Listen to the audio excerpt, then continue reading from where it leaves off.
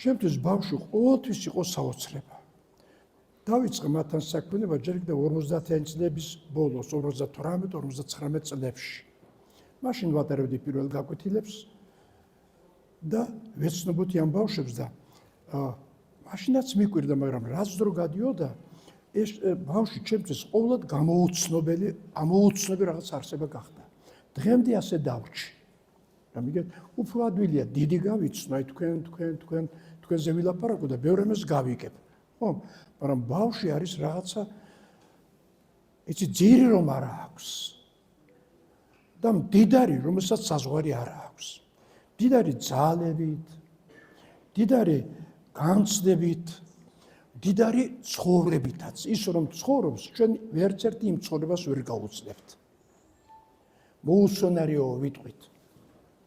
აბა ჩვენც ვიყოთ ისეთი მოუსვენარი ჩვენ საქმიანობაში. ისევე სწრაფად და მოვიდეთ, ავიღოთ, ერთი მეორით ვცვალოთ და სხვა ამგვარი ყოველთვის ვითხოვდეთ რაღაცას, ვითხოვდეთ, ამას აკეთებს ბავშვი.